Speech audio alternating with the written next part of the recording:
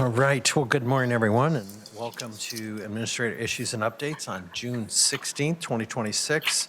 Start off with County Administrator Gary Schmidt. If you'd please call the roll. Yes, thank you, Chair. Roll call. Commissioner Savas. Present. Commissioner Helm. Here. Commissioner Schrader. Here. Chair Roberts. Here. Thank you, Gary. And you want to introduce our first agenda item this morning? Yes, thank you. And Commissioner West is here. He'll be right here in the room in a moment. And a reminder, you do have a land use hearing at 11 a.m., Commissioners, that must start sharply at 11. So I think we can get through all these items in an hour. First item, transfer of Fisherman's Bend property to Metro Regional Government.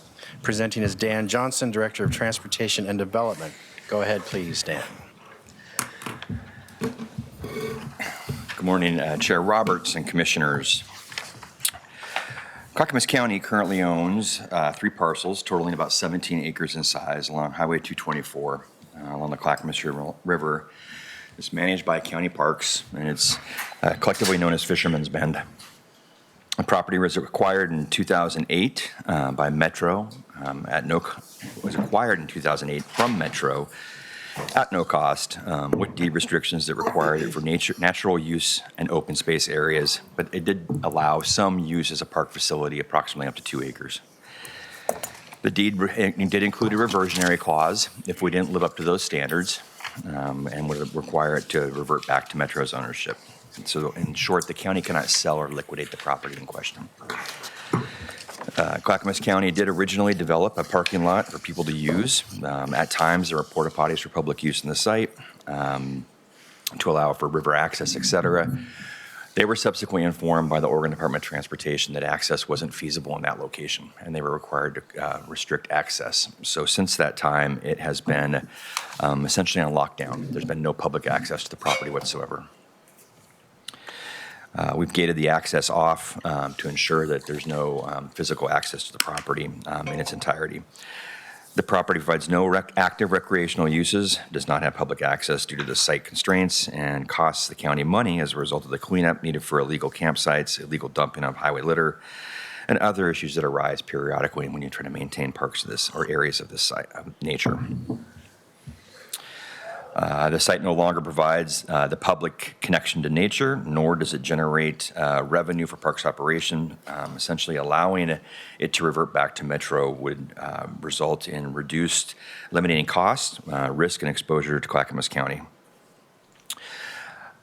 This is part of a larger effort that we have that we're going through right now with our county park system, essentially to kind of, along with the master plan and systems planning that's going on, is really taking a deeper look at these properties, and they're all over, and they've come to us through various mechanisms in various ways. A lot of them seem like a good idea at the time and just don't really pan out as envisioned. So we're here to share or get the guidance from the Board of County Commissioners on their interest in letting this property revert back to Metro. That's the question before you today. If you have any questions, I'd be glad to answer them. All right. Any questions, colleagues? I do. Go ahead, Commissioner. Dan, are there, I was aware of this because I'm on the Parks, County Parks Advisory Committee. Are there other pieces out there? I'm just so concerned about how much land we're giving back to Metro. And are there other ones out there that we should be looking at too, or is? We are, as a part of the systems planning that's going on, you're well aware of the fact there are a number of properties that are undeveloped that are in our ownership at this point in time. And But were they Metro though? no, not all of them. Okay. No. Okay, I just didn't know how many more were Metro. We, Metro, or we've got them donated with deed restrictions, things of that nature. They've come through various opportunities that have presented themselves. Okay, all right. All right. Go ahead, Commissioner Savas. Well, knowing that Metro has acquired a lot of property, and this is outside the UGB, right? Correct. And I really wonder if the challenges with the property as far as access are, whether or not they're insurmountable. It would seem to me that there should be a way to make it, a park in the future. It's on the river, hence the name. I wonder, Fisherman's Bend, if that might not be a great fishing spot for a lot of people. I would assume that's how it got the name, maybe not. I don't fish out there, so I don't know. But I would like, frankly, I've been more inclined to keep it because it has access, both from the road and both from the river. And I'd like to also pursue to our prior conversations about how we get maybe Metro to compensate us for properties they've taken off the tax roll and in a future bond or an agreement that therefore would give us more money for parks to develop parks like this. You know, that could be as high as over $3 million a year that I know our county parks department could use. So I'm just looking for, you know, I'd say that if we gave it away and then we wanted it back, it'd be harder to get it back than it would be. So I'd like to explore the option of the conversations with Metro in regards to how we get enumerated for the properties they acquired and see if we can't direct that towards parks and try to retain something like this. Is there anything time sensitive to this, Dan? There's not. Okay. But I respect the discussion and the questions you're raising regarding the bond, and we've had a dialogue about that, and there's going to be some advancement in that discussion. I want to publicly say we are getting money from Metro for some parks, but we need to put that in a more formal package for you to consider as a part of this larger discussion. There is no public access to this property, and there is no time sensitivity to it. And I think one of the things that we can probably provide to you is information from ODOT identifying to us the limitations to the access, or we can send our people out there regarding the access study to verify the fact that there's no ability to provide a reasonable public access to that point in that property due to site distance constraints and speeds along the roadway. But we can do some additional information gathering around those topics. Okay. Any other comments? It would be pretty cool if it was accessed only by fishermen or people on the river, right? If it's a river-only access and not off of Highway 224. It's in a terrible location. It's on a 224. difficult Yeah. location to get Yeah. vehicular access to. So I guess first, does anyone want to make a motion on this? I move we defer this to a future date. I second. Right. Commissioner Savas has moved to defer this to another date. It's been seconded by Commissioner Helm. Any other comments? So I just have one question here. Do we have a map of all the properties available that Metro owns in the county? yes, you do. I believe county administration's been working on that map, and they've actually, I believe it's been emailed to all of you. Okay, I'll just should make look at sure. your email and it Okay, should be good. available. Probably, I'll have Kimberly double check and and we can make send sure you I get a look at that. New copy of it. Okay, thank you. All right, so I think it rests there that Yeah, we'll come back. and defer it at this time. And So you have a motion on the table. I would say to go ahead and vote, please. okay, so no other comments. I would ask the clerk to call the poll then. Commissioner West. Aye. Commissioner Schrader. Aye. Commissioner Helm. Aye. Commissioner Savas. Aye. Chair Roberts. Aye. Motion passes 5-0, Mr. Chair. All right, thank you. Gary, what's next? All right, so we will, if I may just follow up, we will hold on this item until we come back to you with the question Commissioner Savas answered. Is there a capacity to somehow ask Metro to compensate counties for when properties come off the tax rolls? I think of that research first, and that will guide your decision on this. That's what I'm hearing. All right, thank you. Thank you. Next is fiscal year 2026-2027 Chamber and Business Association membership dues. Dan will also present this item. Go ahead, please, Dan. We are back, as we are every year, to discuss with you in the role of the Office of Economic Development, our proposed support for various chambers of commerce and business associations to support economic development across the county. These dues reflect the annual membership costs that vary based on each organization's renewal schedule and established fee structure. So there isn't a lot of negotiations that go on associated with these.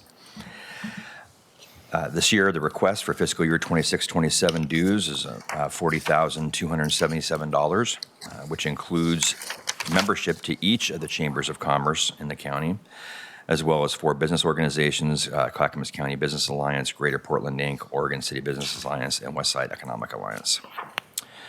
Funding is through state lottery dollars, which are restricted under statute, and to support activities that further economic development. I should highlight the fact that funding for these memberships are also included in the fiscal year 26-27 budget that the Budget Committee has reviewed and recommended approval for. And also highlight, just for a couple things, if you look at the exhibit that's attached, the fees year to year. There's been no proposed increase in either or any of the fees proposed for the chamber dues or the memberships. And I also want to highlight, for those of you who weren't involved in the discussions we had a number of years ago, we did reduce some of these in the past. So, for example, costs associated with Greater Portland Inc. and actually, pardon me, that isn't associated with this one. I don't believe, yes, it is. We reduced that fee amount. We adjusted our membership level with that agreement. This used to be about $67,000, give or take annually, when we brought it in at 47. Happy to answer any questions you might have. Looking, colleagues, any questions? I have Go a ahead, quick Mark. question. So we join all the chambers, so as commissioners, we can really literally be going to their meetings and participating. Correct. Correct, so that all 5 of us have that opportunity. Okay, thank you. Chair, I move to approve the fiscal year 26-27 Chamber of Commerce and Business Association membership funding as presented by staff. Second. All right, Commissioner Savas has moved to approve the fiscal year 26-27 Chamber of Commerce and Business Association membership funding as presented by staff. Commissioner Helm has seconded that. Any further discussion? Seeing none, clerk, will you please call the poll? Commissioner Schrader, Aye. Commissioner West, Aye. Commissioner Helm, Aye. Commissioner Savas, Aye. Chair Roberts. Aye. Motion passes 5-0, Mr. Chair. Great. Thank you so much. Thank you, Dan. Gary, what do you have next? Next, review of your business meeting agenda for tomorrow, Wednesday, June 17th, 2026. The county celebrates the Juneteenth holiday on Thursday, so the business meeting is moved one day earlier this week. So it is tomorrow, Wednesday, June 17th at 10 a.m. This is Budget Adoption Day for the county. You will be meeting as all 8 governing districts that you govern, as well as the Board of County Commissioners. You will have 15 public hearings, 15, on all the various budget adoptions, as well as adopting the fees and fines that you approved earlier this year. This is the formal adoption for that as well. And you have a lengthy consent agenda for the Board of County Commissioners as we near the end of the fiscal year. We are anticipating this will be a 4 to 6 hour business meeting. We will take breaks as appropriate with the chair's direction, and we are anticipating a potential lunch break as well. We'll manage it all as we go, but did want to remind you and the public, this is Budget Adoption Day for the business meeting, which will be tomorrow, Wednesday, June 17th. If you have any questions, please let me know. Otherwise, we're ready to go, and we'll help you through the process tomorrow. All right, any questions that I can answer as far as right now for tomorrow? You've all been through this before. All right, thank you. Next, juvenile treatment services at the Recovery Campus. Chair Roberts would like to discuss this with his colleagues, with your colleagues. And also I asked Mary Rumbaugh, Health, Housing, Human Services Director, if she doesn't mind coming up to answer any questions the board has. So go ahead, please, Chair. Yeah, and I had talked to staff a little bit about this, about exploring some options having to do with adolescent juvenile treatment. And obviously, we have Pear Creek facility out there, which is really a lot associated with OYA and provides a great service. In fact, I did a little research. It opened in 1968, and there's a total of 80 acres out there. And one of the things that they currently serve boys or adolescents. My understanding is they don't serve ladies or women or female juveniles there. And really also looking at kind of what are the other resources for really kind of inpatient treatment. And I can't emphasize enough how often I get calls from parents. In fact, I had one last night.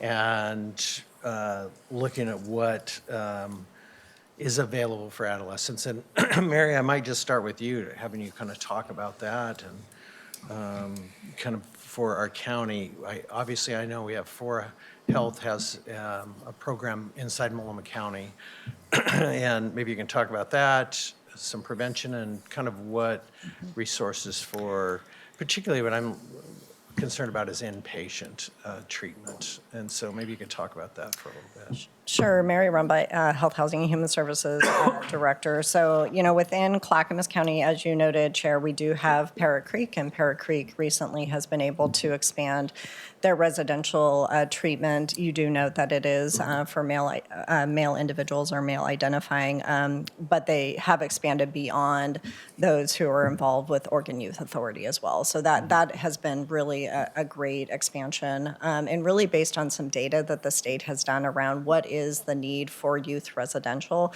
in particular around substance use. Locally, we also have a lot, in addition to what their residential programs, they have a whole comprehensive outpatient program, including some outreach that they're doing to our rural communities. So Parrot Creek really is a comprehensive program. So lucky for it to be in our backyard, and as you noted, just on some beautiful acreage out in Clackamas County. But we also have some important investments through some of our peer and prevention work. So we have Youth Era, our Clackamas Drop in Milwaukee. So again, that ability to serve individuals struggling with mental health and substance use, really youth and transitional age. We have the Harmony High School. Remember, that's a really important, that was the first in Oregon. Here in Clackamas County, we now, I believe, have two more high schools focused on individuals struggling with substance use, and then we also have 4D recovery, also right here in our backyard, which is a peer focus for youth. So there, we have some resources right in Clackamas, which we haven't always had. So that's pretty important. Any youth on the Oregon Health Plan Medicaid can also access any residential program that is covered by their insurance, and that could be right there in the metro area.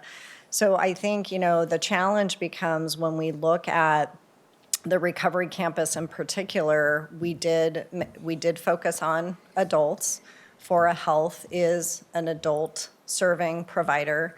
There is no licensure that we could ever get that would allow us to combine youth and adult services in the same program. Right, That right. does not mean that there isn't conversation around, again, what would potential expansion look like, but the challenge becomes you really are mixing potential populations in one location. And I think that, early on, we had conversations about recognizing that we still have a youth need, but likely really providing those services to youth at the recovery campus location really wasn't feasible, and that we wanted to continue to support investments like Parrot Creek and other expansion opportunities if it were to come up. So we can continue to, provide some, information even beyond what I've provided that Clackamas provides, that maybe, again, Medicaid or Oregon Health Plan pays for youth specific to substance use. I think substance use is still trying to catch up. We have a lot more mental health residential available than we do substance use, but I think, again, that investment in Parrot Creek is a good example of a recognition that we want to get in early with intervening for youth struggling with substance use. Commissioner Helm. Yeah, I can't remember if it was at our tour of Fora Health or 4D, but it was mentioned about adding adolescent recovery at this recovery campus, and they highly recommended we did not. Correct. They said they need to be separate, and they had very sound reasoning for not. I understand the population needs. We do have some available, but I don't think it should be intermingled with our campus that we have going right now. So, just saying. Commissioner West. Yeah, they do. So there are models where on a campus you can have family and youth services, but it's strictly and physically segregated within the campus, within that space of the campus. So they have distinct programming differences. It has like a different environment. It's almost like its own little ecosystem. It's almost like a campus within a campus a little bit. I don't know if Recovery Campus is big enough. I'm not sure the need in Clackamas County specifically, or there's a way to augment what's already potentially working and support it. There's plenty of things to do on the campus and additional phase outs. We all want appropriate services for juveniles. And then even getting to the point, I know New Haven for Hope in Texas also, their wing specifically was with mothers and children. Was a little bit different focus and trying to have an ecosystem for them to thrive and kind of get recovered. So that's functionally still would require some really strong physical separation. Now, there's probably properties close to the campus. It could be, like a satellite campus, or if additional property was purchased by the campus, maybe that could be a house or something. I'm not sure the population need exactly. So my question to you, Mary, is what is what do you think the actual need to be addressed in Clackamas County? Is it something that needs a whole new project and infrastructure for the county to start, vision planning for? Or is there something we should be just augmenting and supporting that's already here? Where's the gap within what we've built out so far? Yeah, I do feel like we need to give Parrot Creek the opportunity to really, they really just opened their doors for their expansion, and really get some data collection from them around not only sort of who is coming through their doors, both locally, but also it is a statewide resource. So that always becomes, an important reminder, whatever we would do really is also a statewide resource. So I do think we have a need to really assess, based on some of the expansion that Parrot Creek has done, recognizing that we still have an arm of individuals in this sense, females who may not be able to have the kind of access, but frankly, that's a small population that is generally struggling with substance use, but not, and that's where I think Harmony High School also comes in and fills that in as well. So I think there is some data collection that we should be really doing and assessing. And, I would just remind folks that we worked really, really hard just to find the funding for what we have today. I would be a little anxious to be taking on the next version. And to your point, Commissioner West, when we have worked with our task group and our Good Neighbor group, we recognize that there is still adults with children that we have a gap there, that we also have couples that are jointly struggling. And so I do think that there is still expansion per se, but I'm not sure we'd be going down in age. I think we might be, again, expanding sort of on the adult side of it. And to your point, even mothers with children, it would really end up having to be a campus within a campus, right? Because still very segregated. So I do think we still need some data collection to really inform what does Clackamas really need. But I would hope that we could maybe put a little bit to bed sort of the role of the current recovery campus. Fora Health is not a child-serving agency; they're an adult-serving agency, and so that would really just not even be a conversation for us to entertain. It would really be sort of a separate conversation. And just for the public's, what Commissioner Schrader and I saw down at New Haven for Hope in San Antonio was its own separate environment that protected mothers and children, and you had to be buzzed in, and it was secure, and then everything faced an inner courtyard, so it was all insular and separate within the overall larger. They have 22 acres Yeah, too, is what it's they a built large their campus campus. on, and so I've seen other models like that, but and they had distinct programming and stuff just for that population. And then some of that would have to, I think, to make the case, because it's expensive, is how to build out an additional asset would be would be a big lift. Not impossible, but I think that data collection is super important. Maybe it's more specific just to mother and children. Maybe there's a partnership with Coffee Creek with something like that. They already do the taste every single year, which is an amazing organization that goes in and helps mothers reconnect and bond with their children, so they don't have to feel as incarcerated. They hold this huge carnival in Wilsonville for these families. It's really successful. So maybe there's some creative ways to look at that, but. As we look at like what's the roadmap look for the campus and the additional acreage moving forward, I think this is part of that conversation. I know you talked about some different property off-site, Chair, but what's the best use to build out that care continuum? I'd be interested in that. I don't know if we know that number yet, but yeah. Commissioner Schrader. Yeah, I visited with them, and again, they have a 22-acre campus, so they have the space to segregate, and they were just starting their youth program as well. And they're also surrounded by, I think, county services, even are kind of Like across the street. across the street from them. But I do think that I just went to the Parrot Creek event not too long ago, and they featured a young woman with a child who they had helped. So it seems as if they are expanding into not just the juvenile space as well, but what we described, helping mothers with children, get what they need. And it might be that we have a larger conversation with Parrot Creek, since they have the campus, or already been doing it, and, see what we can do to help them, enlarge and keep doing what they're doing. So I think that's, to me, where the opportunity has been and can be expanded on when it comes to youth. So just a Great. comment, yeah. Commissioner Salas. Yeah, I think three of us were out there last year, and I recall the conversation, so I just did ping someone from Parrot Creek. And so basically, the message I just got back was the main behavioral residential on campus is for boys only. Correct. However, they do offer adjacent programs. Substance use disorder treatment, outpatient counseling, and transitional housing is open to girls and young women.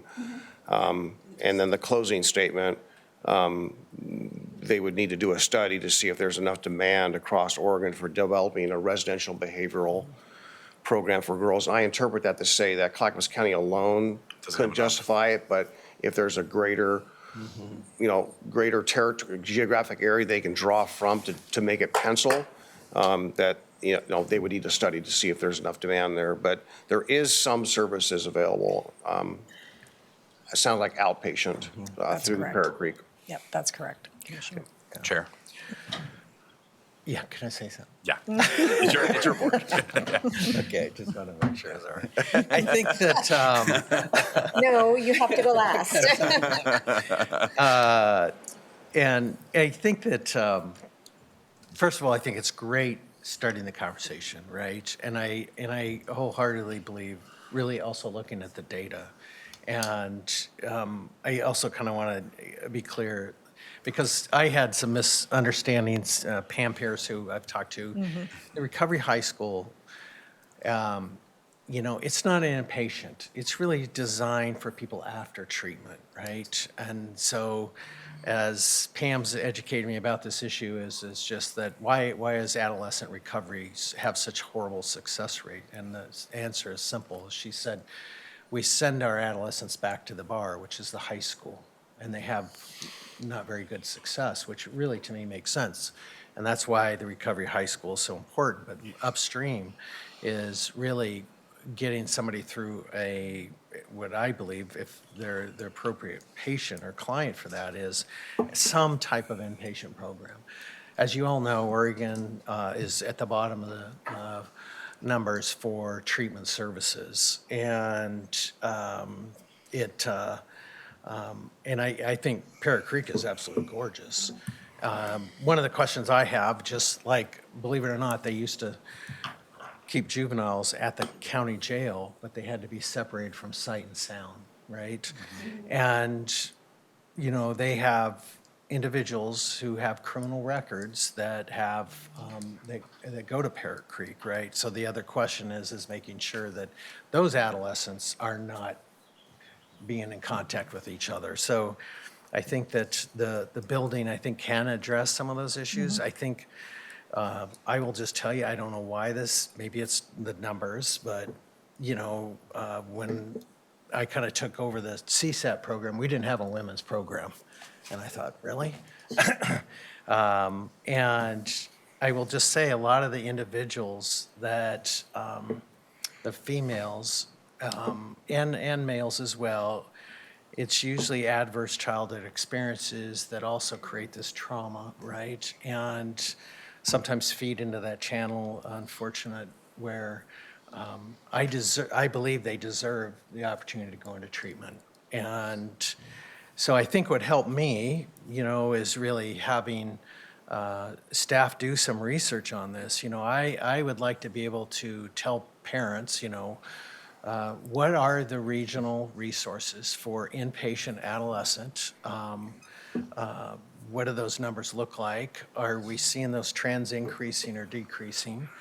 I just have, like I said, I think what is so exciting in the recovery center is also helps really address some dual diagnosis issues. And I see that same thing in adolescents. I honestly, sometimes I think it's more that unfortunately adolescents have a tough time with school. And as a former mental health worker used to tell me, as their frontal lobe's not developed, it's going to take a little while, and want to help them get through those difficult times. And we did meet with 4D and Fora Health, and the fabulous programs I think are just wonderful. I guess I would just maybe ask my colleagues if we could perhaps have Mary and staff do a little more research and come back and say, hey, look, here's what we see as the population. And also, I really think that people honestly don't know who to call. And a lot of times they look at even out-of-state resources for treatment. And so it would help me pass good information on to others, and also look at should we be planning for the future? Might not be next year or the year after. One of the things that I will just tell you, I met with Jordan Snitzer trying to take advantage of Wapato when it was empty. I felt like, oh my gosh, what a facility. And my hope was that we could have made a regional drug and alcohol treatment program out of that. What I found is that when you penciled it out, the cost to have duplicate services at Wapato and some here, it became cost prohibitive. So the only thing I was thinking is if it was within a region of where our recovery center is, sometimes you can share food services, you can share stuff without having people drive clear across town. And I do recognize that you don't want them in the same place. So, but I do think it's worth having a conversation and looking at the numbers. So Commissioner West, you had a comment? Yeah, so for this board, I represent the board for RPOC. RPOC is the Regional Policy and Oversight Committee that is now the new body that oversees supported housing services measure that was passed by the voters, that 10-year measure, with the goal of solving homelessness in this crisis in 10 years. We'll see if that happens. We're working on what to do next with that. We're about halfway through it. But I serve on that committee, and there's funding within that committee called RIF funding. It's Regional Investment Fund. And we are now debating and arguing and working out what each county's portion and regional government's portion of that funding, how we're going to use that funding better.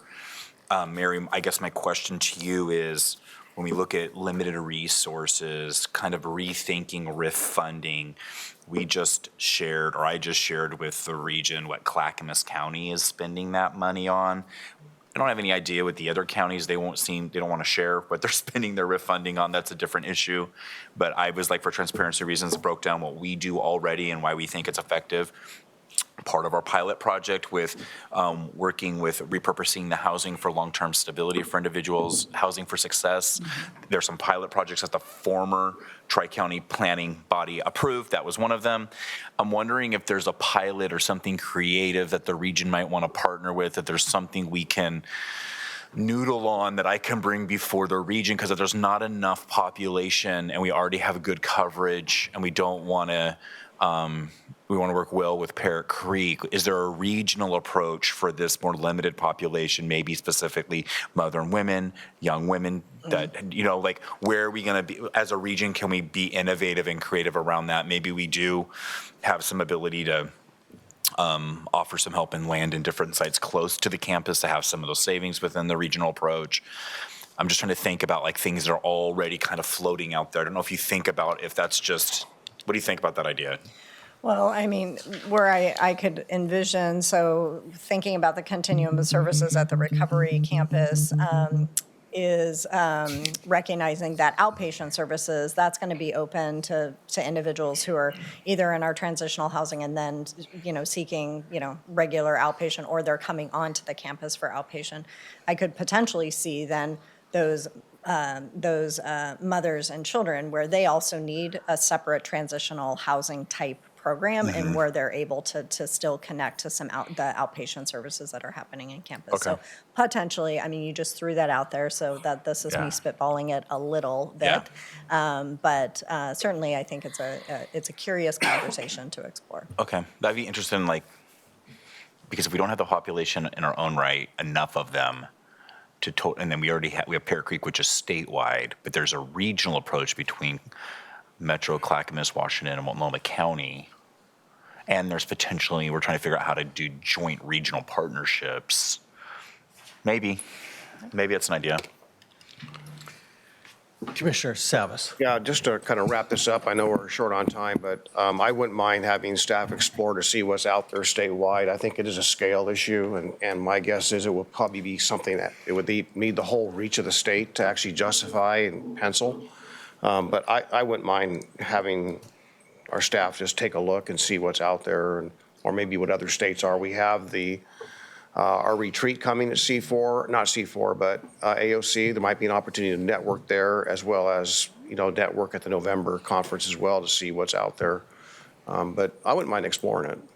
Great. And the only other comment I might add to that is really also, I know a lot of us have met with 4D and making sure Tony's kind of a part of that and kind of what his vision is.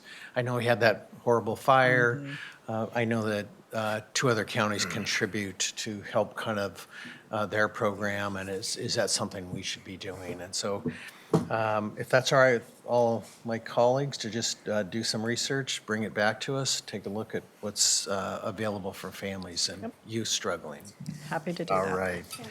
Thank you very much. Gary, what's next? Got it. Thank you. Next is Commissioner Savas would like to discuss with you Joint Policy Advisory Committee on Transportation, MTIP, Metropolitan Transportation Improvement Plan Amendments. Go ahead, please, Commissioner. Yeah, well, colleagues, as I mentioned to you a couple weeks ago, the Interstate Bridge Replacement Project, otherwise known as IBR, is coming to JPAC this Thursday morning. I mentioned to you a couple weeks ago that I would be asking for your input to see how you felt about that. I represent you at this table, and this is kind of a big, high-profile project decision point. A little bit of history, way back when it was the CRC, otherwise known as a Columbia River Crossing.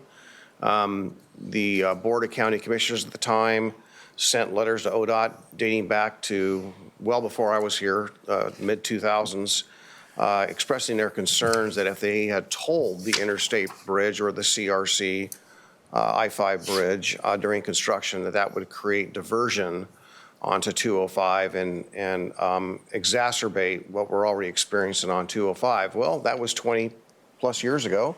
And that situation, just by growth alone on 205, has been exacerbated, which is why this region took a strong, and our county city partners took a strong role and position in fighting the tolling proposal for the Abernathy Bridge. moving the clock forward. They are moving forward. The cost of the bridge is going up exponentially. What was perceived as a modest toll back when the price of the cost of the bridge was lower, that modest toll, people could have made the values judgment of whether or not to pay the toll to go over the bridge or divert. And I think with the economics currently facing the bridge, our concern not only is have plans changed and phasing of some of these bottlenecks not been completed, that the issue with the I-205 corridor is a great concern, and even growing into some of our partners in Multnomah County along the 205 82nd Avenue corridor are also pretty wound up about the diversion. Business owners as well, and the other concern about some of the plans for 82nd Avenue for limiting volume and capacity on 82nd Avenue with what they call that lane, The bat lanes. the bat lanes, yeah, the bat lanes. So there's a lot of concern about that. So there are people that are very concerned about it. This is not following normal processes, and what I mean by that is that typically big projects go through they're in a transportation package. They are directed by the state legislature to a large degree. This is a bi-state process, so you have the upper echelon of some of our state officials that are managing this and driving this. And so it doesn't go through the normal processes. So therefore, our position when this has come up in the past has been either voting no or abstaining because they have not solved this particular issue with diversion. And what's forecasted, not only is this tolling going to go on in our foreseeable future, but it looks as though it may be a permanent toll.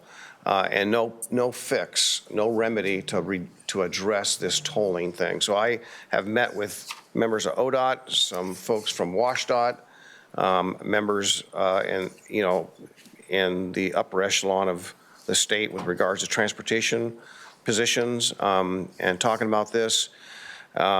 It'll probably pass.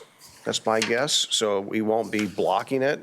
But I think that we need to remain firm. There's no foreseeable funding commitment for the 205 lanes, which will alleviate some of that. But absent that, I'm inclined to maintain our position and either abstain or vote no on Thursday. So just looking for head nods, or if anyone's got any contrary position or a belief, please let me know. Commissioner Helm, you've kind of been involved. What are your thoughts? Well, I share all of his concerns, and until the diversion issue is resolved, it's going to be a nightmare in Clackamas County. There's a lot of letters of opposition in general to this IVR project,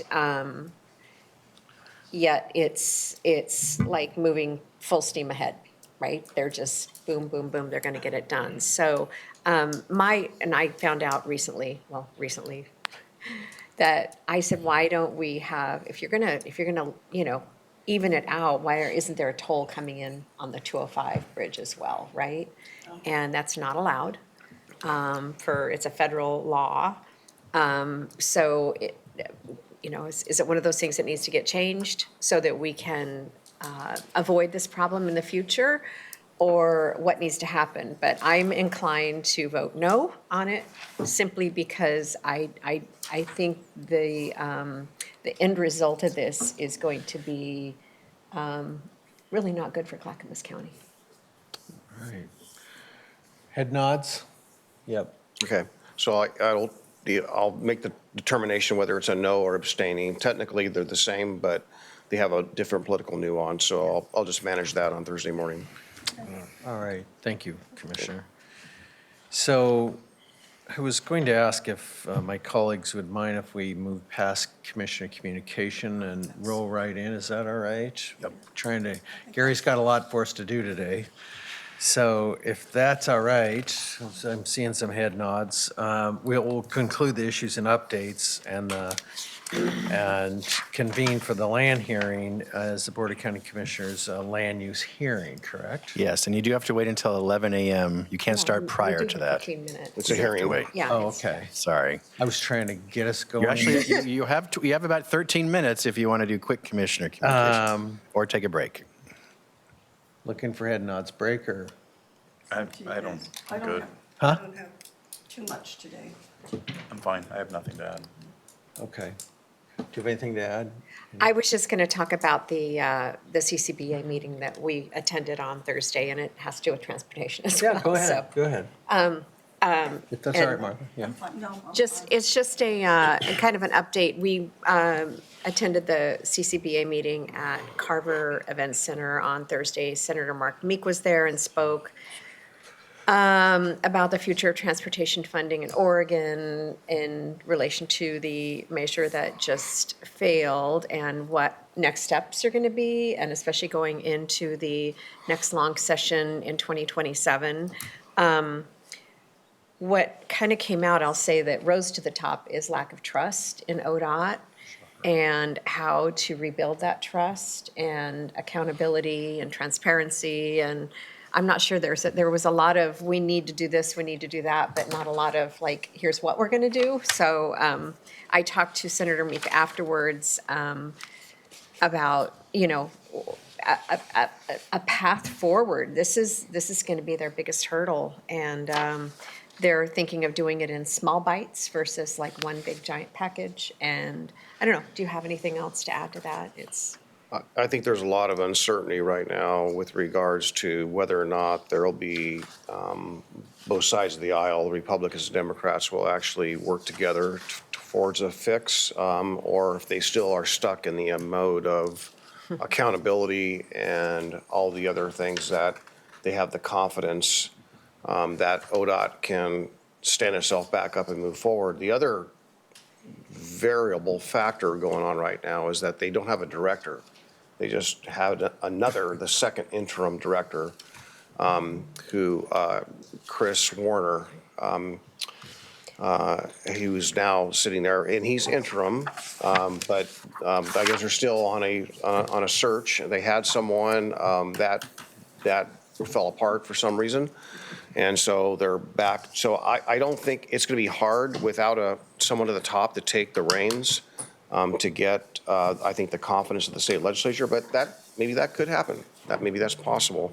So I concur with Commissioner Helm's summary of where it's headed, and if they can do something small, but I think there's a misunderstanding, in my opinion. It's my opinion that I think people think that even though these costs have gone up considerably, that my belief is, or understanding, I don't say belief, but my understanding is that just like we here at Clackamas County, we know this had an impact on us, right? We know we can do less with the same amount of money we've had because asphalt costs more, everything costs more.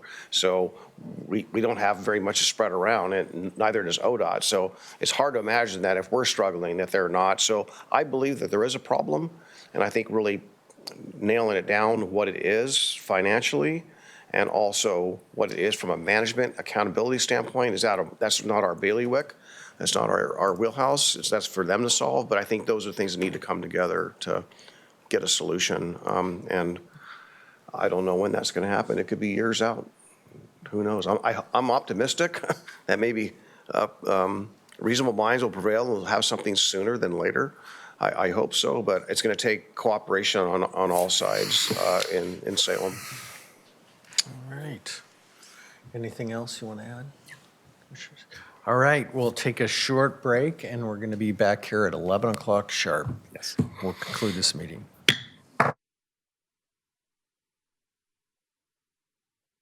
Go talk, Jack.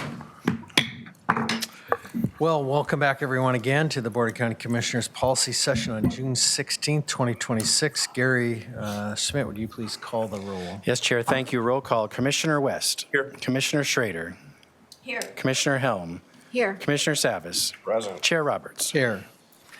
Thank you, Gary. We will introduce our first session this afternoon. Yes, first is the Clackamas County Investment Policy presentation by the Clackamas County Treasurer, Brian Nava. Please welcome Treasurer Nava.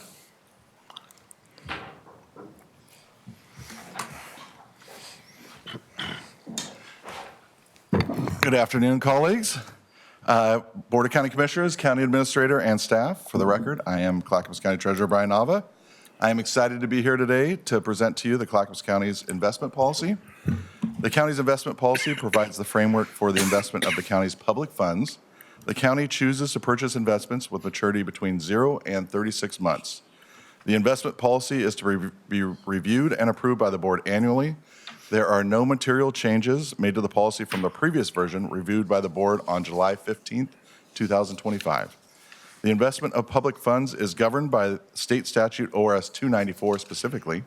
The primary goal of the statutory guidelines is preservation of principal or safety. The second and third priorities, respectively, are liquidity and yield. No dollars are associated with this approval, and I am happy to answer any questions. All right, thank you, Brian. Any questions from my colleagues? Seeing none, is there a motion?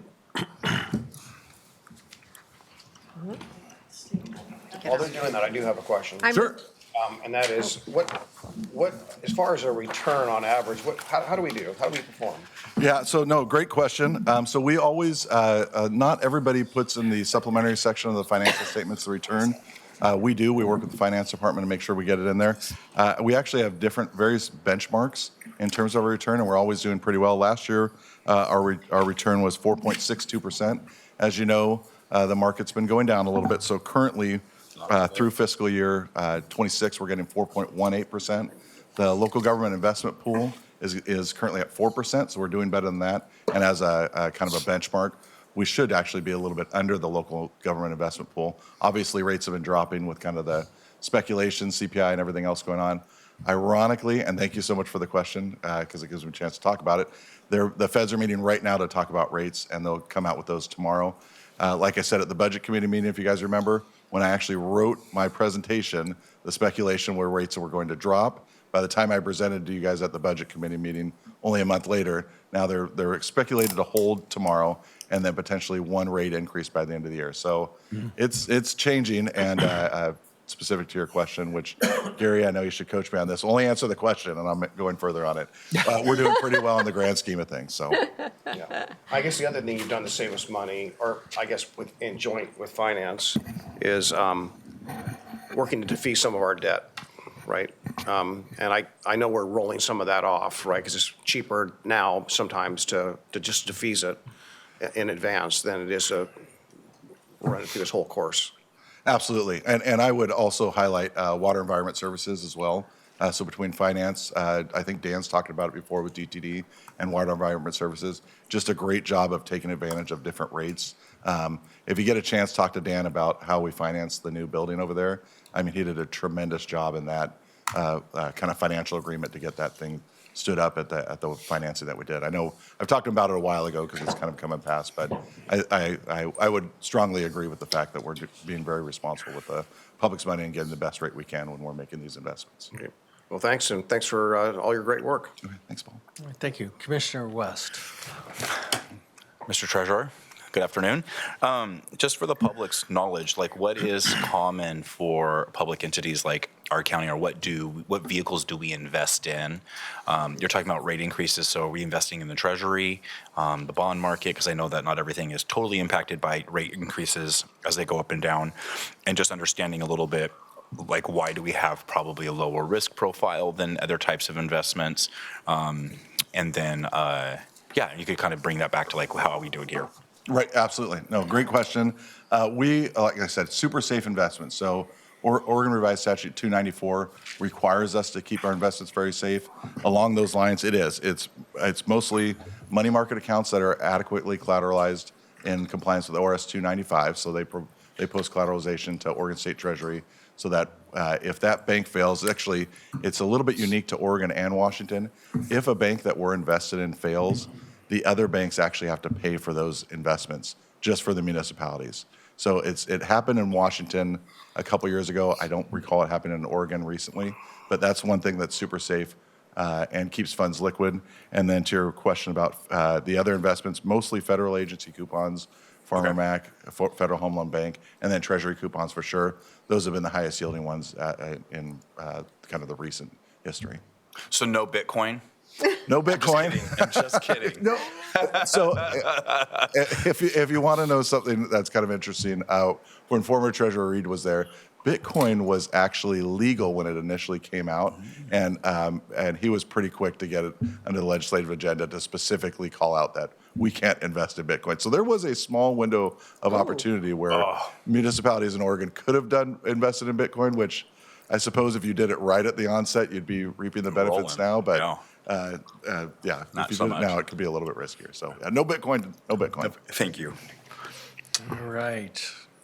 No other comments or questions? Is there a motion? I move to approve the investment policy as presented. Second. All in unison now. Second. Commissioner Helm has moved to approve the investment policy as presented. Commissioner West has seconded that. Any further discussion? Seeing none, clerk, will you please call the poll? Commissioner Savas, Aye. Commissioner Schrader, Aye. Commissioner West, Aye. Commissioner Helm, Aye. Chair Roberts. Aye. Motion passes 5-0, Mr. Chair. All right, thank you very much. Thank you. Gary, what do you have next? Thank you. Next is recreational immunity opt-in. Jeff Munns, Assistant County Counsel, will present. Go ahead, please, Jeff.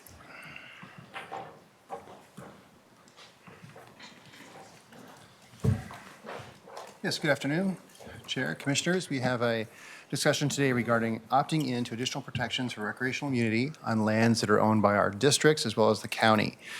This amendment came to us, or this ability to opt in, came to us from the legislature in SB 179 passed last year. Extends protections to unimproved paths and things like that in the right-of-way or uses of the right-of-way for people walking, recreating, whatever they're doing, but it addresses some issues that were raised in recent litigation, like a case out of Newport where someone was walking to the beach to recreate, but walking there apparently wasn't deemed recreation, and so the city was deemed liable for maintenance of something that would have been covered by this. If it's an improved trail or a bridge or a path of some sort that's been improved, this wouldn't apply, but we have a great deal of easements and other places in our right-of-way where people do use them to walk, recreate, and so on. And this gives us some additional protections as if it was a set-aside recreational land and people were recreating. But if in this case, if they're just walking, this opt-in would allow us to have some additional protections and immunity as the city of Portland has in this statute already. So it would just take a resolution to opt in and help with those types of cases and lower some of our costs for our risk fund. Great. Happy to answer any questions if you have any. All right. Questions, anyone? All right, is there a motion? I move we direct staff to place resolutions on a future board business meeting to opt into recreational immunity provided under ORS 105.668. Second. All right, Commissioner Helm has moved to direct staff to place resolutions on a future board business meeting to opt into the recreational immunity provided under ORS 105.668. Commissioner Schrader has seconded that. Any further discussion?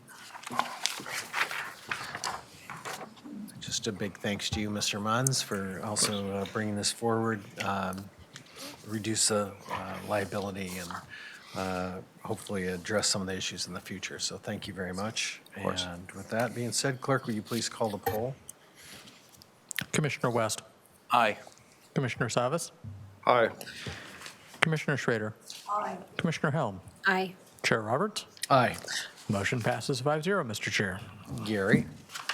Thank you. Next is Recovery Campus naming. Cindy Becker, Project Coordinator in County Administration, will present. Go ahead, please, Cindy.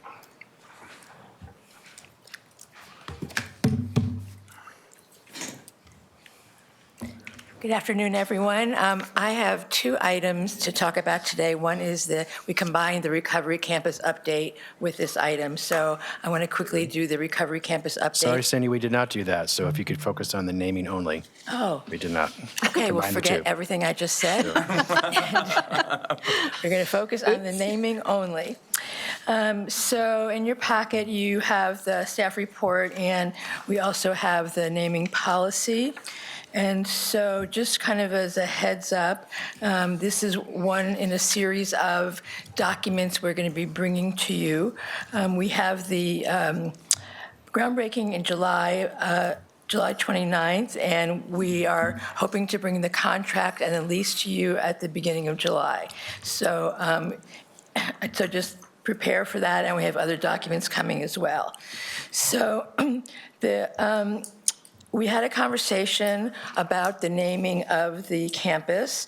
We got some input from Fora Health as well. And you have several options in terms of naming.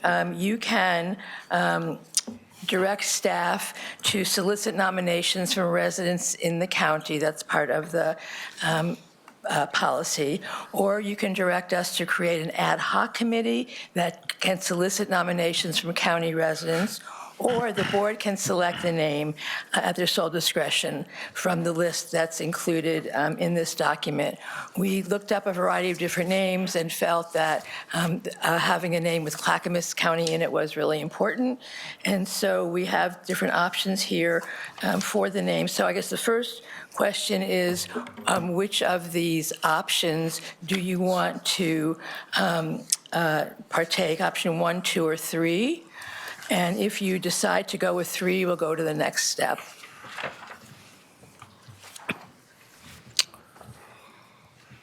Comments, thoughts? I have a question for Gary. Gary, how often do we actually take it upon ourselves to select a name versus having putting it for public input? For most of the county buildings, you have just chosen the name outright. The most recent example I can think of is the Concord Community Center. You did do a public process, and the library is Oak Lodge Library to get name recommendations. But normally, you just choose the name if it's a county facility. Okay.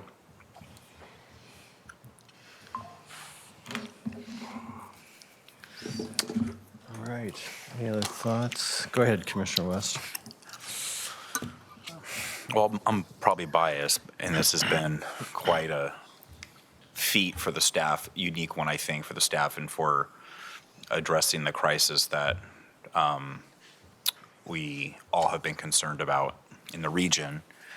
I don't know what the board feels, but I like it if we did something. I think that, it's a little personal for me. So that's where I want to land, because it's personal, like having some say with my colleagues, I think would be a cool thing to be able to do. That's where I'm at. If we out of the options, I don't know how the rest of you feel about it. I'm not clear what you're saying. Where we name it. This board names it was quite a labor and quite a feat and innovative and creative policy move. It's unique in the region. It's pretty monumental. It's not done, but it was a pretty special feat by this board. And for me, it's a very personal policy initiative that we moved forward as a team. So I don't know. I'd like to hold on to that ability, but I clearly have a bias, so I will defer to what the rest of the board, of course, decides. But that's how I feel about it. Commissioner Helm. Well, we're kind of under a time gun here as far as, getting a committee together, getting them to meet, and then coming back to us, and if we want to name it by July 29th. My only comments about the ones that were possibilities in here, and I know that Fora Health likes the Clackamas Treatment and Recovery Campus, but to me, Clackamas is an area, and this is a Clackamas County facility. I kind of think the word county needs to be in there. Good point.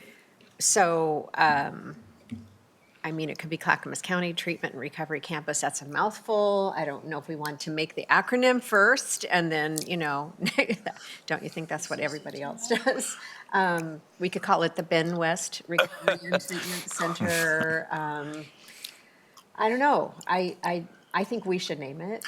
If it didn't, it could be some regional approach, because we can't just serve Clackamas County residents only. It could be like Mount Hood Pathways to Recovery and Treatment. It could be, because that's kind of our logo. It could be, we could be creative with it. I know we're not deciding that today. I don't know. It's just You guys do not have to indulge me, but it is, just because it's personal, I would like us to do it. I don't disagree with that, and, you know, I see the suggestion here of it being the Clackamas County Recovery Center. I'm not adverse to that. If y'all want to just get business done, Well, but I mean, I think it should be more I'd like us creative to, than that. to punt and maybe chat together and come up with some things and then throw some ideas out there and then come Okay. down to something, with something, but, I mean, it's, yeah, that's, and, you know, we can, I don't, and it would be cool, we could have, potentially have the name before the groundbreaking. The actual name of the campus would be good too, if possible, but, you know, give us a little bit to noodle on it or chat amongst each other and have a public discussion about it and pick something. So can we pick number 3, but not right now and not from the list above? Well, that was going to be my question. Right. So we could do option 3, Yeah. but it wouldn't be from the list above, Right. is what I'm hearing, correct? Okay. Sorry, Cindy. I'm watching you again, yeah. I have my hand raised and Cindy has her hand raised, Chair. I'm sorry, I'm still kind of Yeah. pondering what Ben just said, so Gary, go ahead. Okay, so I'm hearing at this point consensus that you're going to pick the name and not form a committee. So thank you for that step. Staff has recommended a name. Sounds like you don't agree. That's fine. You don't need to have a name by July 29th. You don't. You need to have it when you open it a year from now. It'll be helpful to have a name so we could announce it. I just asked you, please consider your staff input. We're recommending you use the name Clackamas County somewhere in the title.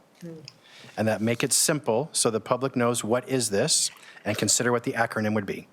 That's our feedback for you. Thank you. Martha? Oh, I'm done. I don't have anything else I to think say. Cindy had her. Cindy Cindy had a hand up. Go ahead, Cindy. So just to expand upon what Gary said, when we've looked at this, we had a bunch of other names that didn't have Clackamas, and they were kind of feel-good names. And basically what we've been advised by everyone is make the name something that it is, not something that is just a name that people like, but people really need to know what it is. I would, while we don't have to have a name by the groundbreaking, it would be where there is going to be a big billboard, and it would be really nice to have the name on the billboard.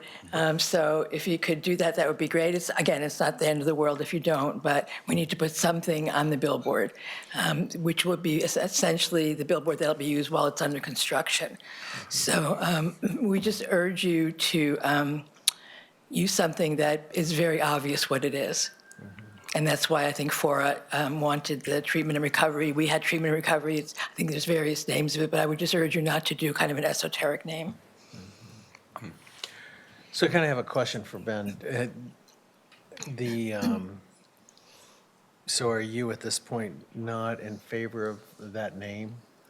I mean, I'm not in favor of it. I'm Or just, you'd it's like like, some opportunity to? yeah, I just haven't put a ton of, I mean, you guys do not have to indulge me, please, but like, I just haven't put a ton of thought into this step yet, and for me, it's not just like, oh, let's just pick something and move on with the day. Like, it's just a little more gravitas to me personally.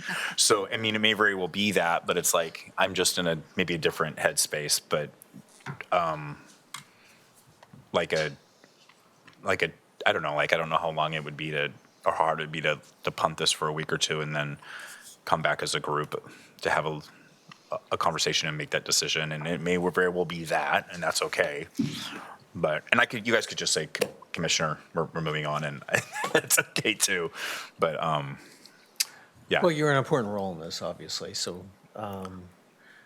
I would just like to ask my colleagues and just maybe a head nod, would you be okay with putting this off for a week or two? Yeah. Gary?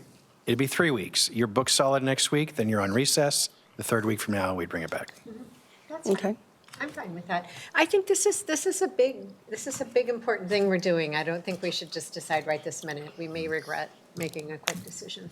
So I'm okay to put it off for 3 Okay, weeks. Commissioner yeah, and I'm sure people watching this might just suggest things anyhow externally, but I do have one thing, just for fodder, not for a decision today, but for fodder. We don't know what the property is going to be ultimately, right? So as I think about it, I just wonder if the name campus is thinking too far ahead. And if it's about the building, then maybe the recovery center might be a better word than campus, right? Because there might be other things in the campus that are not recovery, or we don't know, right? How many acres are remaining? Cindy? About 2.5 acres. Yeah. And if we don't acquire any more contiguous properties, we have 2 acres to work with. That could be transitional housing or something like that. Probably recovery related, but that's already being built in the model we're doing now, right? Transitional housing is not Transitional permanent, housing, yeah. right? So I don't know what's left for the quote campus, but it may not be recovery centered, so to speak, or oriented. Can I speak to that? Yeah, go ahead. I mean, it's the public's, it's not mine, but as we envision this, or at least how I envisioned it, that this would be a multi-phased type campus. And that can include some type of other types of more permanent supportive housing. It can include all different kind of phases, even later down the road, that aren't necessarily the more intensive treatment piece of recovery. It speaks to building a hub to the recovery infrastructure that we've built around it, kind of a hub and spoke throughout the county with the different assets that we've had. A center to me doesn't capture the grander vision of like what it could be built out to. And I won't be here to control that or to have a say in that, but hopefully that will be mapped out forward and there'll be some roadmap for the board to continue to follow through on. And so I always felt the other way. I always felt center felt limiting and campus felt like it was you could dream a little bigger and go a little further than maybe one would originally think to create and to implement something.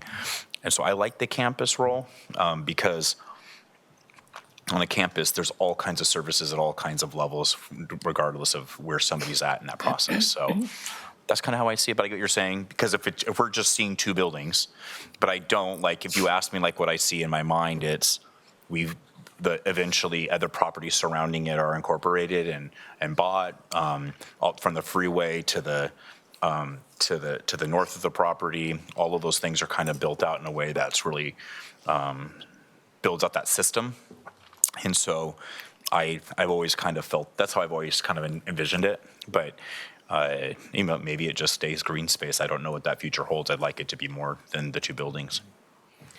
Yeah, just to kind of follow up on your thoughts, I really do see it as a campus where it has all these spokes of things that support recovery, jobs, education, family support, clean and sober living, peer support, all of those different entities somehow being connected to, recovery, obviously. Yeah.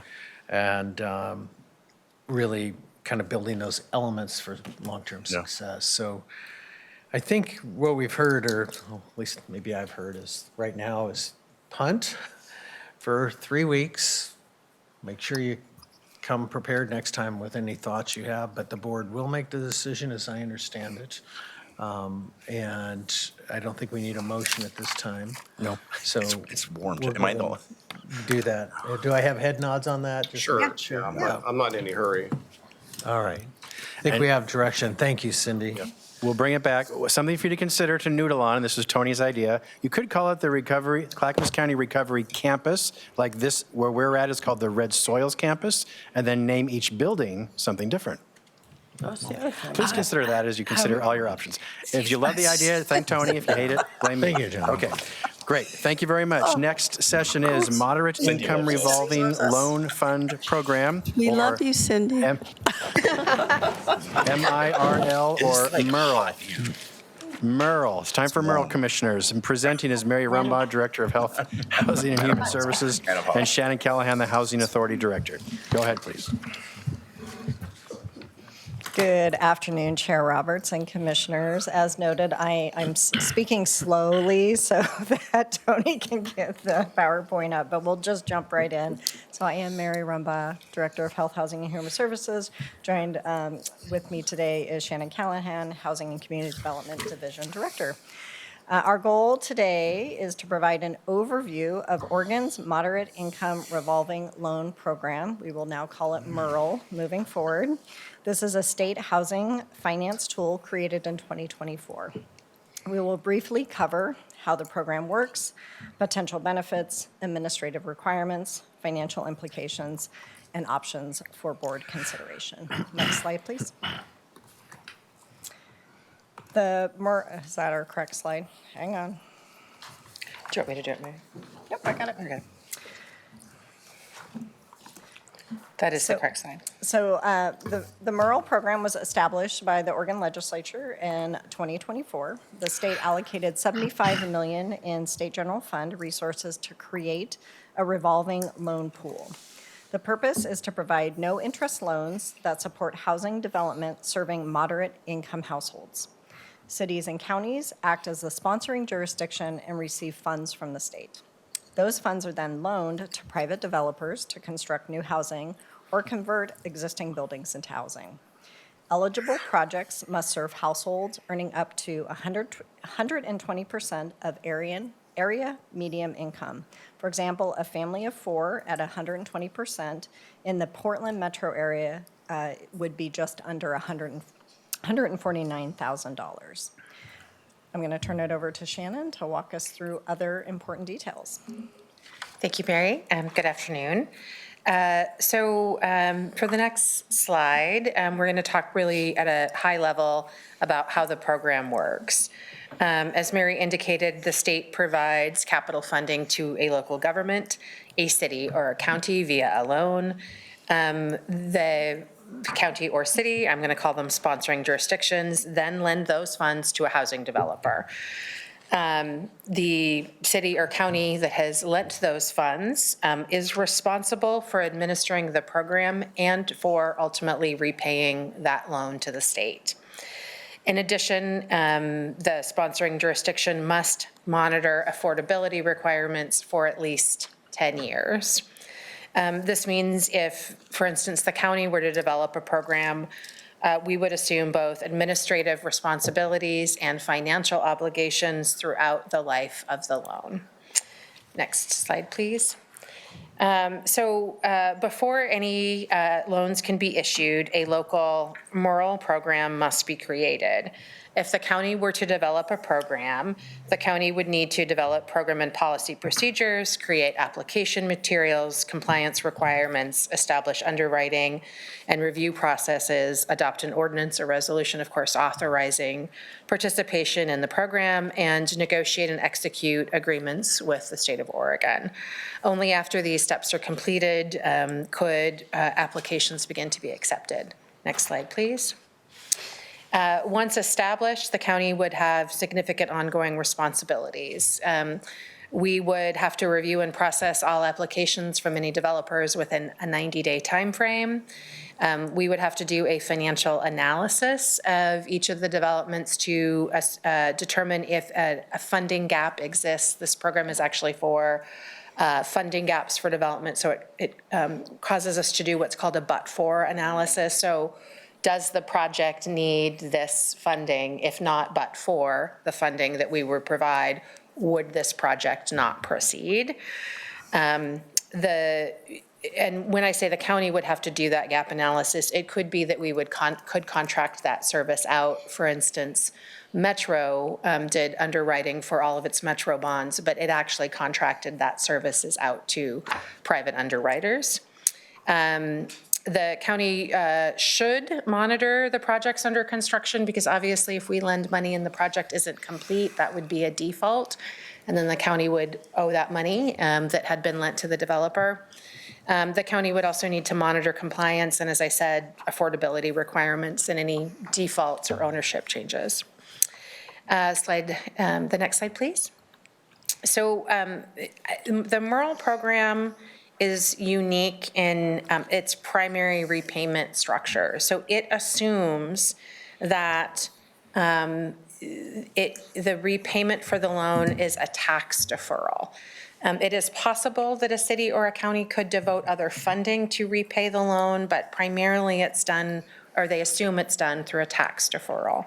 And when I say primarily, no city or county has ever done a loan yet with the program since 2024. So some of this is a little, I don't want to say theoretical, but some of it just hasn't yet happened.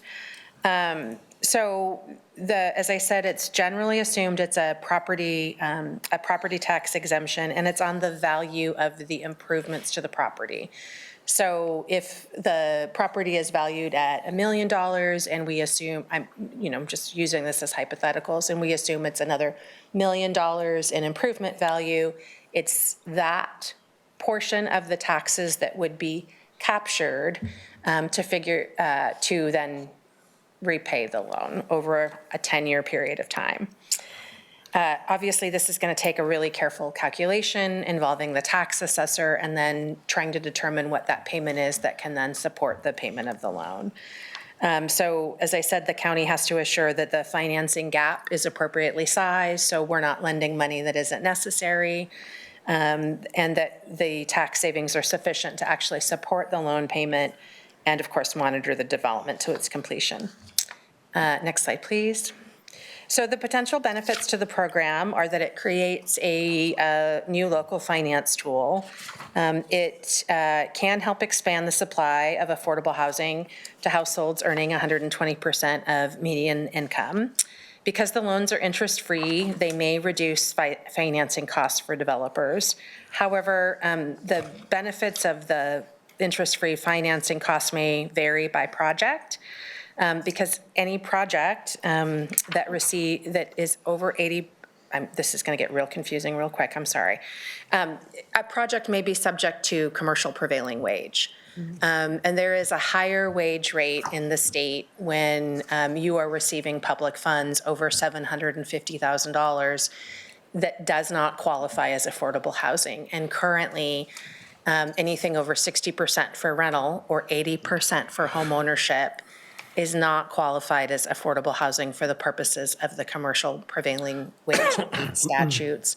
And so there could be an increased cost to the developer for taking money through the Morrill program that would outweigh the benefits of a zero interest loan.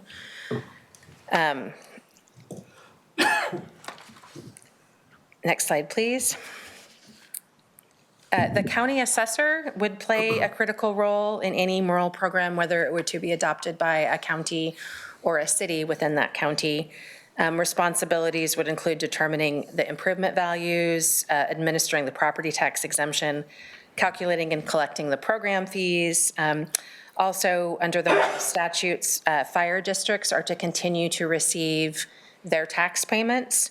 So those taxes cannot be deferred, so the assessor would have to determine what that amount is and make sure that that's getting paid to the fire districts. And then, of course, remit any payments associated with the program, keeping records, et cetera. And this is our final slide. Sorry, it's a very detailed program, so I'm sorry for the level of detail. Slide 9, if I could, which... Next slide, please. Sorry, I was talking. I know. So in sum, these are the key considerations that we would want to flag for you. One of which is there is currently no dedicated source for program setup, administration, or long-term compliance. While the Morrill program does allow for a 5% fee to the sponsoring jurisdiction on the loan, that only comes when there is a loan, and there is also 1% that would be provided to the assessor. Second, the county remains responsible for the loan to the state, even if the developer defaults. So this is not a loan between the state and the developer. This is a loan between the state, the county, and the developer. So if the developer doesn't build, if the developer does not do what they need to do in terms of the affordability requirements, the county is ultimately responsible for repaying the state. Third, I think, as you've heard, this program requires a lot of specialized legal, financial, underwriting, and asset management expertise. And finally, this isn't just a one-term short program. This is a program that is locking the county into at least 10 years of compliance responsibilities. So I would just like to close and really summarize. This is very detailed. I really want to give Shannon a lot of credit. This is a state program that she has done a lot of deep diving to understand. I did not get a chance to let the assessor know that we were ahead of schedule, so we've been working really closely with Assessor Bronson, so he is also sort of deep dive. So we spent a lot of time really bringing this information to you all. So we definitely see it as a potential valuable tool for supporting moderate income housing production, but we also want to recognize that it creates significant administrative responsibilities, financial obligation, and long-term compliance requirements for the sponsoring jurisdiction. As a reminder, to date, since 2024, no city or county has created a program and moved to implementation phase, meaning that no loans have yet to occur. We also understand that in the next legislative session, that additional changes may be made to the Merle program, and I think that is in light of the fact that no loans have been issued. So we would just given all of that, the board may wish to consider deferring action until additional guidance and support becomes available from the state agency. So we will close and let you open it for your discussion. So, I think Commissioner Salvis is up first. Yeah, well, we got a presentation from some folks, I think from the state, at our C4 meeting. And what I was struck by, and Mary, you said it earlier, what struck me right away was this 120% AMI, which is $149,000, $150,000 a year. And that's quite unusual, right? Normally, where the need is, right, is for people of lower income and lower needs where we do that. I'm also struck by the cost of the overhead, to monitor this. And so, was that saying that the juice ain't worth the squeeze? Basically, my question is, what is the juice? I mean, is there a, I guess in a way, am I to assume that the $150,000 income is the income level for that example you use of 50 units, right? Of this, what would be what, like not single-family homes per se, or is it open to any kind of homes? My understanding, Commissioner Savas, is it is. It could be a home ownership opportunity or it could be rental. Okay, so it's either or. Yeah, I just think that the obligation that it states here that the sponsoring, let's say it's the county or a city, would be responsible for repaying the loan if someone defaults on it. And, I don't know the size of the loan, and I don't know where that would be, whether that's new construction. Let's just say it's not even built. That's a bigger problem, right? If it never gets constructed, yeah, we got the loan. So I have some. I'm not feeling very comfortable with this, but I need to be sold on it. I apologize. Was it Commissioner West? Go ahead.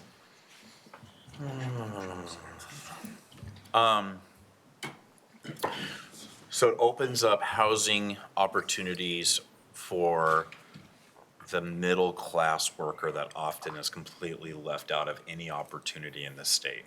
Nurses, firefighters, police officers, teachers. That's the salary range we're talking about, entry-level brand-new nurses to maybe a nurse that's been in the field for, 5 to 10 years. So that's part of my concern is we do need to, and we have a housing crisis. So we have limited tools in the toolbox, and it's not without risk, clearly, but I feel a sense of urgency to address that crisis and to have this housing diversity available to this specific middle-class population. who all too often feels left behind. And I have a question. I was doing some reading, and can you share how, I know so the city of Portland hasn't done any of these? I don't believe the city of Portland has a Merle program, no. The only county that is listed on the Merle site right now is actually having moved to adopt a program is Tillamook. Okay. Though through the assessor and through county council, and also through conversations with other state partners, we know of a number of counties that are looking at or are at various stages with the program. I think many many are looking at the program because they are also getting outreached by the state, who is encouraging folks to try the Merle program. But I think many are getting stymied at different things, either negotiations with the Department of Justice on the underlining loan agreements or the ability to actually figure out some of the component pieces. So does this allows home ownership, right? Like Yes. first-time homeowners type of opportunities? It could, yes. For these individuals, yeah. I was reading there's some issues or risk mitigation if it intersects with TIF financing, the tax incremental financing. Mm-hmm. How does that play out here?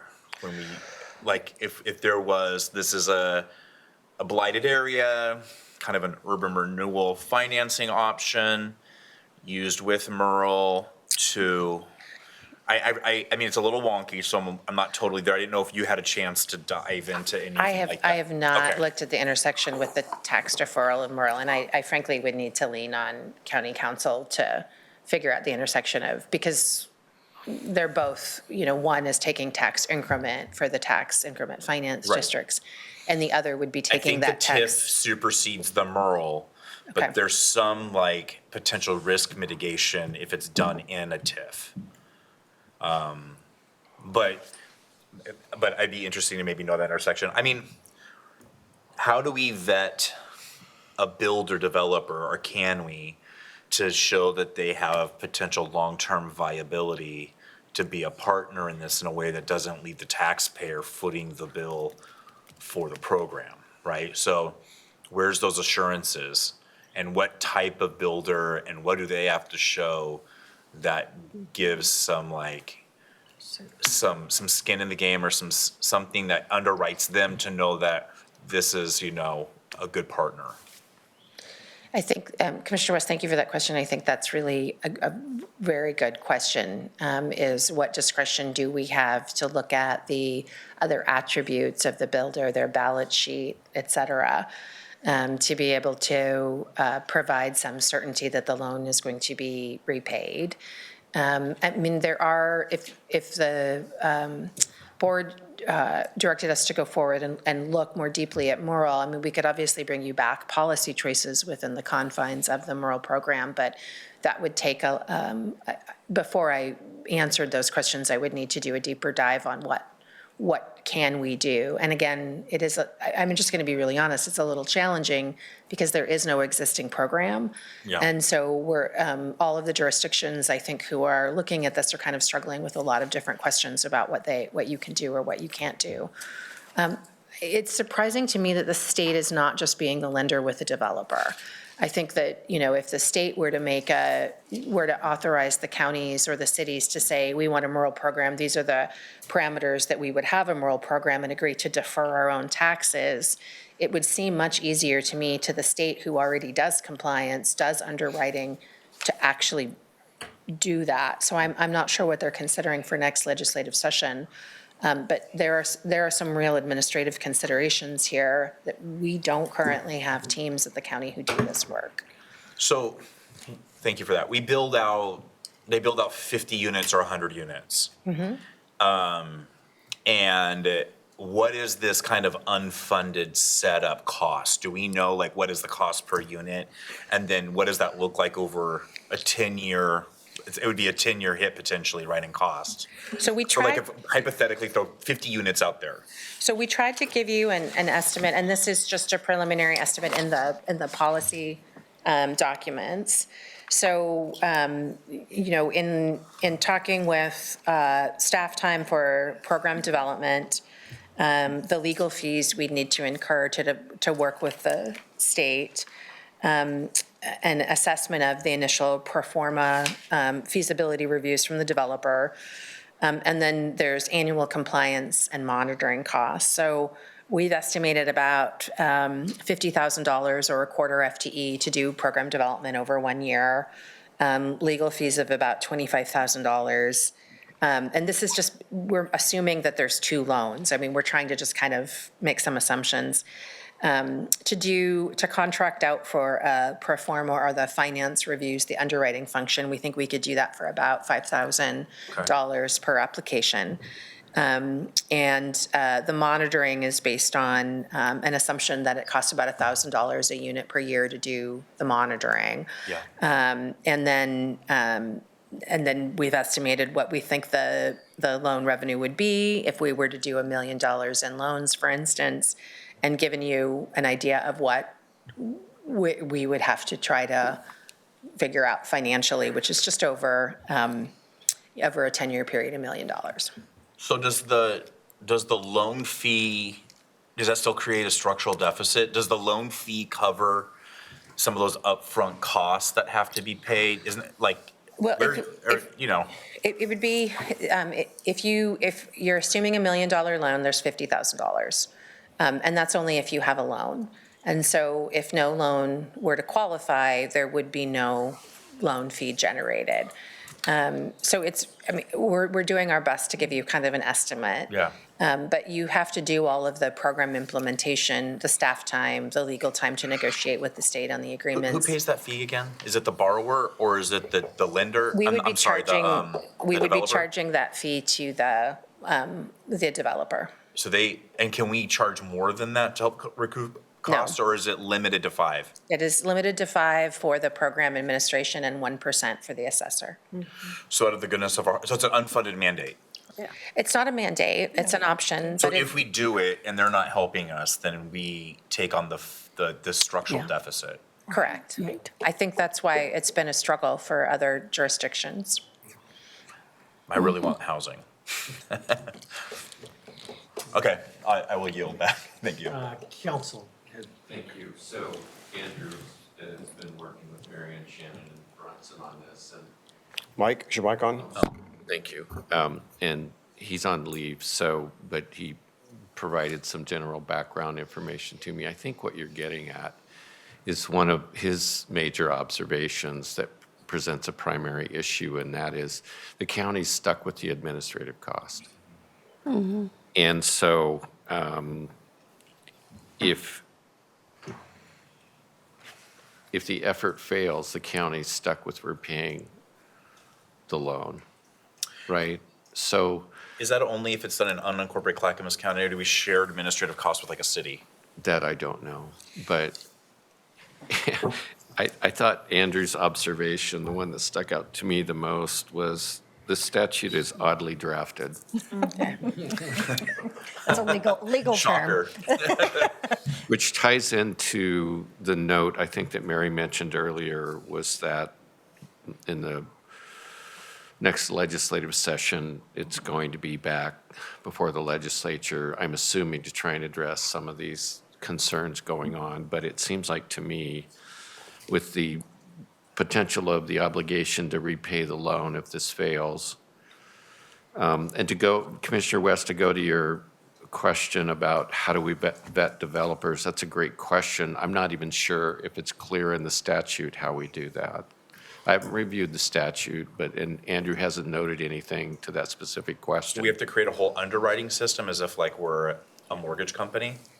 To some extent, yes. We would recommend we contract that work out. Wow. So I think his final observation was that, again, the primary issues are administrative costs imposed on the county. And he noted there are lots of issues with this program, not necessarily legal ones, but financial ones.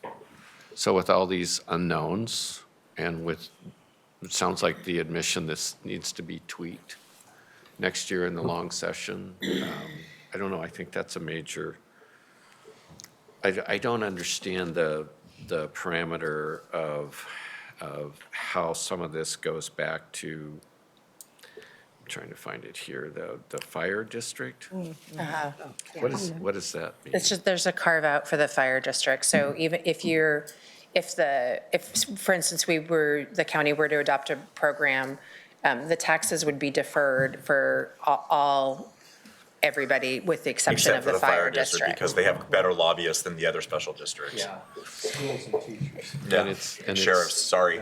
Sheriffs. I mean, That's awfully smart of them. yeah. I mean, they do have to respond if there's an emergency. I just am a little bit baffled that we're given a tool, but we're totally handcuffed from using it because the state legislature couldn't address a housing crisis in a way that was effective, as if we didn't know that this was a housing crisis and we didn't know that we didn't have this middle housing need for middle-class families. That they couldn't give us something that was more workable and didn't put unnecessary strain on local governments. Because I really want this program to work. Commissioner West, I think if, obviously you're talking to Health, Housing, and Human Services and Housing and Community Development, and if we really felt like this program could significantly advance housing or even slightly, we would have a different recommendation for you. I think as it stands right now, there's just too many uncertainty and unknowns. And we're hopeful then the next legislative session, which is coming up, can address some of these because a lot of cities and counties are looking at this program. And I think now that we've had a chance to look at it, we would be, interested in potentially offering some legislative solutions to the state that may make it actually a more viable tool for cities and counties to adopt. I'm just really saddened that it's pretty half-baked. And it's a little insulting as we try to address this as a housing authority and Health and Human Services every single day, and this is what you gave us as a tool, is a little discouraging when we try to address this. So I get you. I get where you're at. I get your recommendation. I see why. I may not like it, but that's kind of the reality, it seems like. Commissioner Helm. Yeah, I want more housing too. And when I first heard about this, I was wondering, why hasn't everyone jumped on board? And now I know why no one has jumped on board, right? It's pretty obvious why no one wants to be the guinea pig. There's so much risk involved, and we do need more tools, just like the CPACE program. This is another tool, but it's kind of a broken tool. It's not one that's really we can use to do what we need to do. There's just too many concerns. There's too much admin. It's just and I think this should get pushed off until the long session and see that they're probably hearing this feedback now about $75 million is no, it's not chump change. There's a reason why no one has touched it, and if Tillamook County is doing this, they're probably going at it very carefully, very slowly, because this is, there's too many red flags. For me, I think there should be a better tool, and they should have brought us something that is easier to right. implement. Commissioner Schrader and then Commissioner Savas. Yeah, this brings to mind the road to hell is paved with good intentions, I guess I would say, where, well, we all would like, we'd all like to see this happen because it's very necessary. Whose bill was it? Who moved this forward? Do you know? Good question. I can't remember, Commissioner Schrader, but we can look that up and get back to you. Yeah, I'd like to get back to that because it sounds to me like it's an idea that I think is interesting and should be fleshed out. And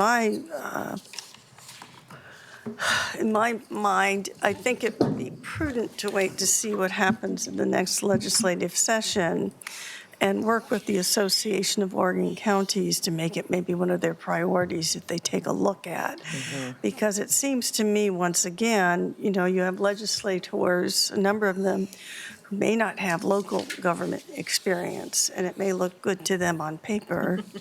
And it does sound like what Billy said, it's written kind of oddly. So the intentions are good, but they also need the expertise of the local arena, so we can get something that's workable for everybody. Because at this point, like I said, I wish we could do it. I think maybe it could be a good tool, but it's not ready for prime time yet, so. All right, Gary. I have the answer. It's Governor Kotek herself. It's her bill that she submitted directly to the legislature. Senate Bill 1537 was Well- the central component of her major housing bill, half-baked to local governments. Well, I stand, yes, that there's a lot of legislative experience, but not as much local experience on the ground, so. So we need to help fix it if they're going to use it as a tool.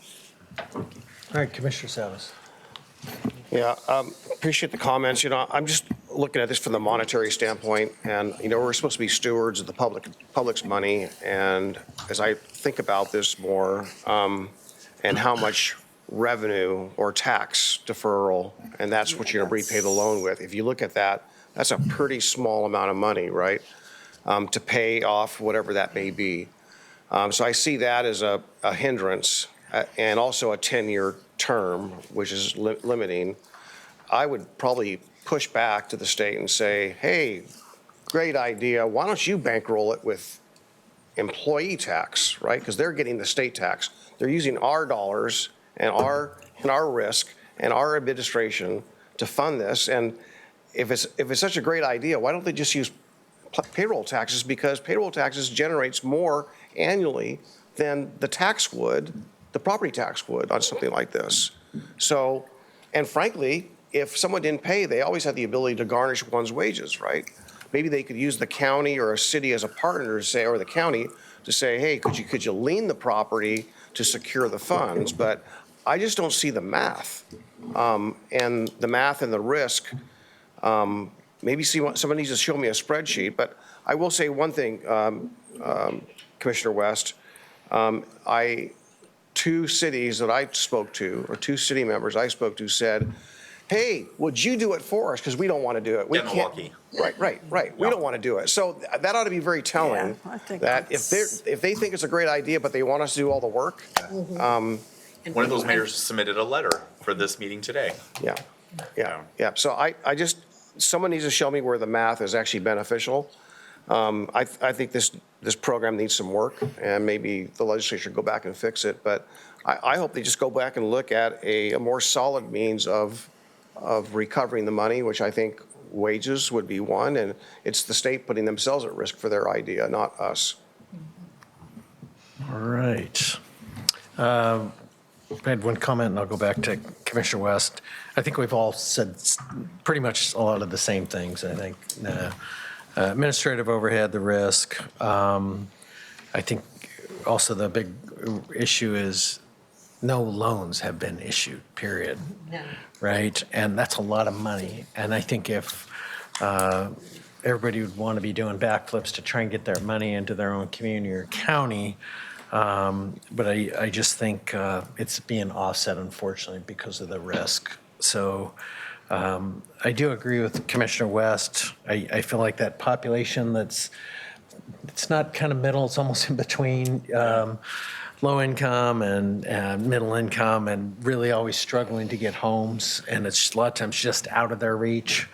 So I do agree that anything that we can do to kind of help that population is great as well. But I would just say at this point in time, I would say defer until this next legislative session. I think if I have head nods, do you want to comment anymore on it? Chair, Yes. I move to table the issue. Second. All right. Commissioner Savas has moved to table issue. Commissioner West is second. Any further discussion? Seeing none, clerk call the poll. Commissioner Helm, Aye. Commissioner Schrader, Aye. Commissioner West, Aye. Commissioner Savas, Aye. Chair Roberts. Aye. Motion passes 5-0, Mr. Chair. All right. If there's nothing else, scary colleagues. All right. We're officially adjourned. Thank you.